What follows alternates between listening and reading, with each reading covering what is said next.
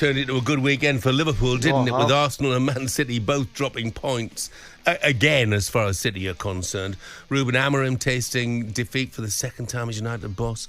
Ruud van Nistelrooy's Leicester somehow pinching a point against Brighton. They say it's better to be lucky than good. And goodness me, in his first 2 games so far, he has been lucky with a capital L. Leicester fans will hope it continues. Ipswich's wait for a home league win goes on. Heartbreaking then, wasn't it? And Spurs, gifted a 2-0 lead by Chelsea, still managed to lose. Ange Postecoglou's side are now 11th, but he says there's still time to turn it round. It's not the best situation. As you said, 7 defeats in 15 is not great. No disguising that.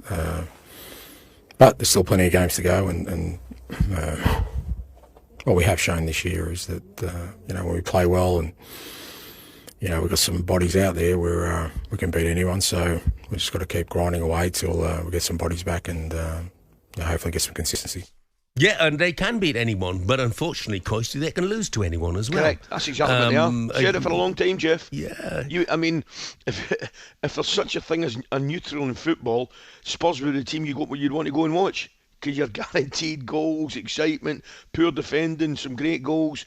They're just an incredibly mixed bag. That's what Tottenham are, Jeff. I've got to say, they're a completely mixed bag. I wonder what Spurs fans are thinking right now about Postecoglou, though, because it's great to see fantastic attacking football, but you want to see your team win. It's as simple as that. You want to see your team win. And in the end, look, you're 2-0 up at home to Chelsea. It was a bit of humiliation.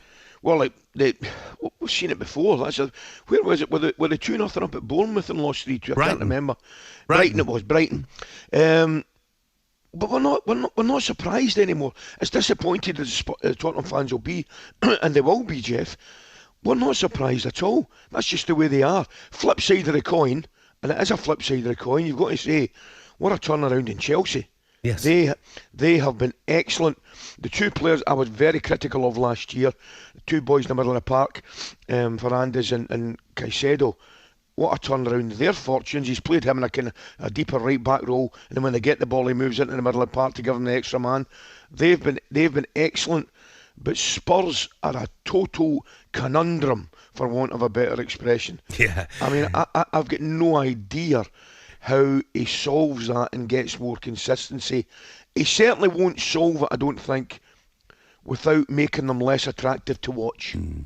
Well, as far as Spurs are concerned, former Premier League manager Alan Pardew certainly isn't impressed by what he's seeing.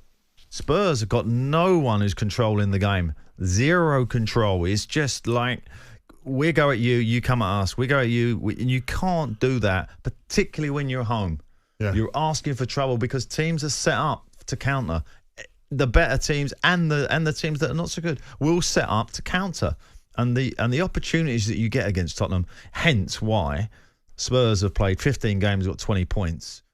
Spurs have lost more times than they've won this season. I asked about how Tottenham fans are feeling about Ange Postecoglou right now, and maybe here's an example. This is James, who called the final word last night. Ange is out of his depth and he should never have been appointed. But if Levy's concept is to buy young players and spend a lot of money on them for the future, the best manager for that concept is Pochettino. And he was there waiting. He was begging for that job. He was, yeah. But he's out of his depth, and he was out of his depth from, when we lost to Chelsea last season. We've been terrible since that time. Well, pretty damning, isn't it? But is that the general consensus, Spurs fans? Let's hear from you this morning. Another game thrown away after a strong start. Is it time for a change in the dugout? Oh, surely not. No. Are there still fans who are fully behind Big Ange? I would imagine they are. If you are, let's hear from you. 03717 223344 is the number. Give us a call. talkSPORT Breakfast, waking you up Monday to Friday morning from 6 a.m. on AM, on DAB, via the talkSPORT app and on your smart speaker. talkSPORT.